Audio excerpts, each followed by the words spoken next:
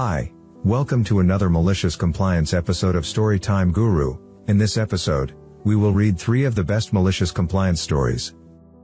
Our first episode is titled, 1 Bone 1 Dry Cappuccino for Satan. Our second episode is titled, Following directions to adhere to company food safety procedures cost the company in excess of odd $25,000.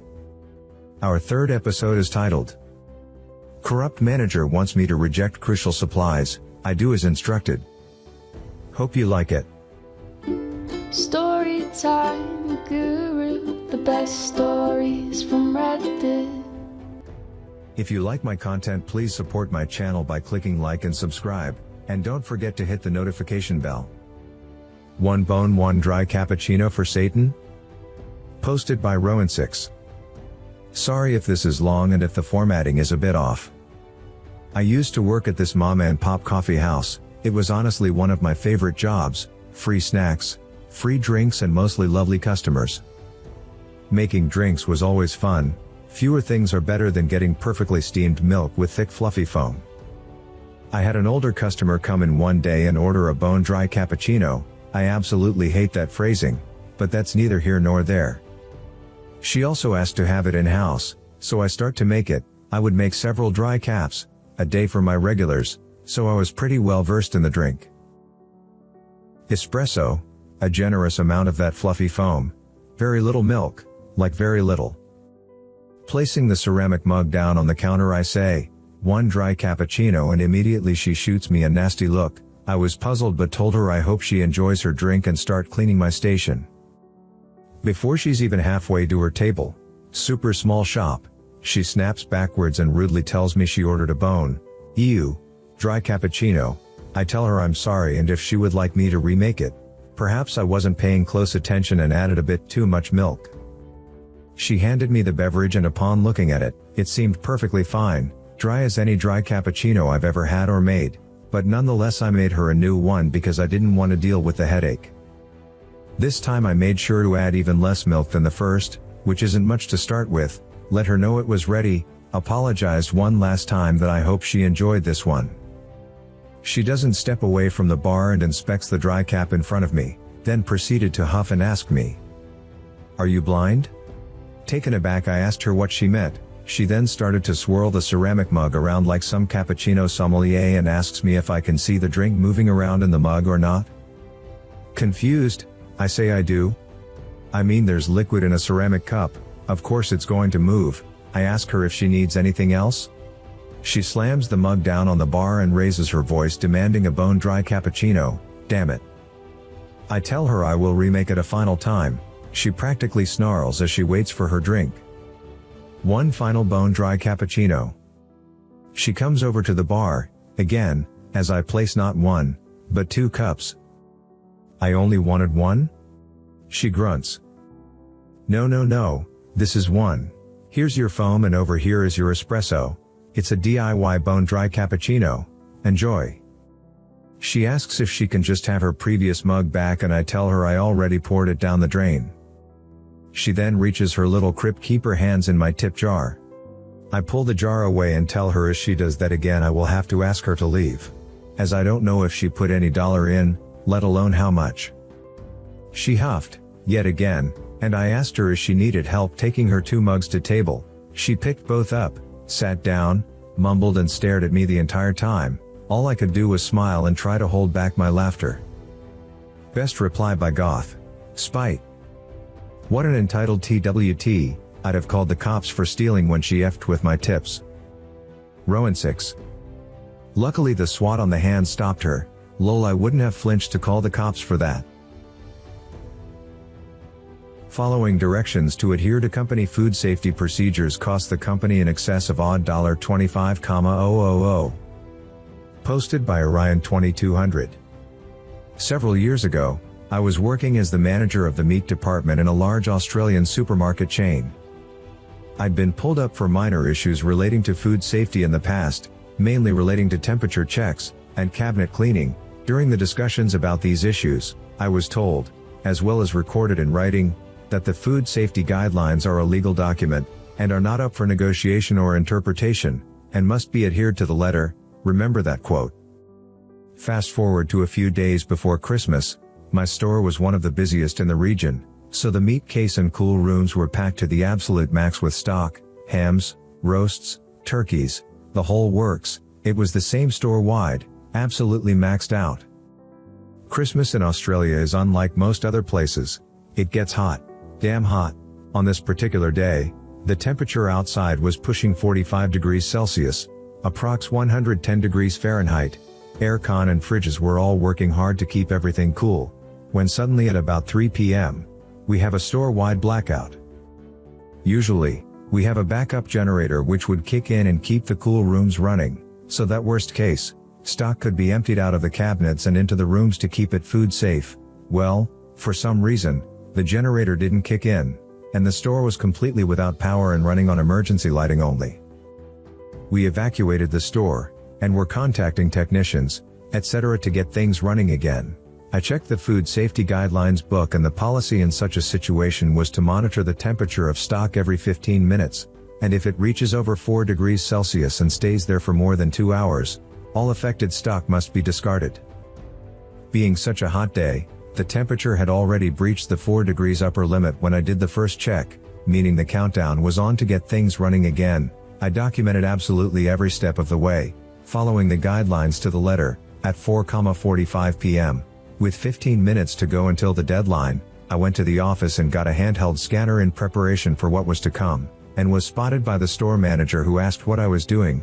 I told him that I was getting it to begin dumping stock. We argued back and forth with him, saying that the stock would be fine and that a refrigerated truck was on the way to move everything into. It ended in me saying the guidelines are a legal document. By ordering me to go against what they say, you're instructing me to break the law, which I am respectfully refusing. At 5 p.m. I began scanning off and dumping stock from my case. I'd already almost filled an entire dumpster with stock when the refrigerated truck turned up. The manager once again instructed me and the fellow department managers to take our now unsafe stock and move it into the truck. Everyone hesitated, but I flat out refused and continued dumping my stock. He eventually revoked my access to the handheld scanner in order to stop me, so I called the area manager, his boss, and explained the situation and what he had instructed. Area manager said although it was never public, there was actually some built-in wiggle room between the company policy and the legislated state code, and that although it breaches the company policy, the state food safety code hadn't yet been breached, but was furious that the store manager had instructed me to intentionally breach the company policy. I told the area manager that I had been instructed and documented to follow the food safety guidelines to the absolute letter, and that the policy was non-negotiable and not up for interpretation. He agreed that I had done the correct thing by dumping the stock, and also agreed that I was within my rights to refuse the orders of the store manager, thinking they were illegal. All in all, I dumped about $25,000 of stock, and my team got a ton of overtime to bring the case and stock levels back up to presentable standard for Christmas. The manager got a very severe reprimand, and was fired for an unrelated issue not long after. Best reply Demosthenes. I'm willing to bet that this issue led to an internal audit which resulted in the unrelated reason for termination. At the very least, it wouldn't help his case. Corrupt manager wants me to reject crucial supplies. I do as instructed. Posted by Excel. Crazy. About a couple of decades ago, I used to work at a concrete production plant for a reputable construction company. Our company, like several other construction companies, were awarded a portion of a larger project. A large portion of land was earmarked for setting up temporary office buildings and concrete plants for the different construction companies. The sites were separated by temporary barriers and had separate entrances.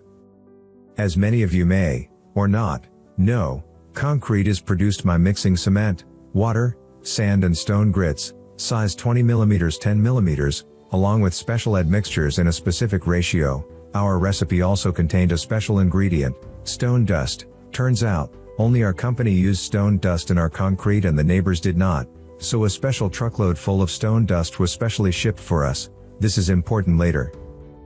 My job entailed orchestrating concrete delivery to our project sites apart from regular quality control tasks like checking incoming materials for quality, etc. Only after I had signed the delivery receipts, our store's personnel would unload the trucks at designated areas, A log of all trucks entering and leaving the concrete batching plant would be kept by security at gate, relevant later.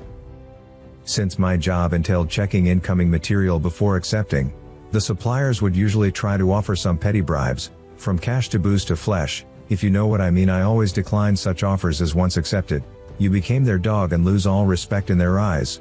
Moreover, bad material also impacted the quality of concrete produced, strength, consistency and setting time, to name a few. Since concrete delivery was also part of my job, it was in my best interest to only accept good material, otherwise the client would chew me up during casting. One night, a supplier truck entered the premises with 20mm stone chips. Upon testing, I found them to be undersized for 20mm and oversized for 10mm. I went ahead and rejected the load. The driver and supplier started pestering me, offering bribes and whatnot. When I didn't budge, they called my boss, who asked me what was going on. I explained that the quality of material was unacceptable and I have rejected this. When I mentioned it is too small for 20mm, he ordered me to dump it in 10mm bin anyway. I knew what that meant. My boss was on the supplier's payroll. A couple of weeks passed by and my boss asked me to reject a truckload of material from a very reliable supplier. He knew that the supplier was only delivering stone dust that day, and should we reject material, the entire load would be a waste and a loss to the supplier. Once the stone chips or stone dust has left the quarry, they, for some reason, can't bring it back. Hence, my boss wanted to hit the supplier where it hurt most, especially stone dust, as there was no other company that would take it. Q. Malicious compliance. I called the supplier, who had become a friend by now, and told him that I was under orders to reject a truck. He panicked and told me that my boss was putting pressure on him for bribes.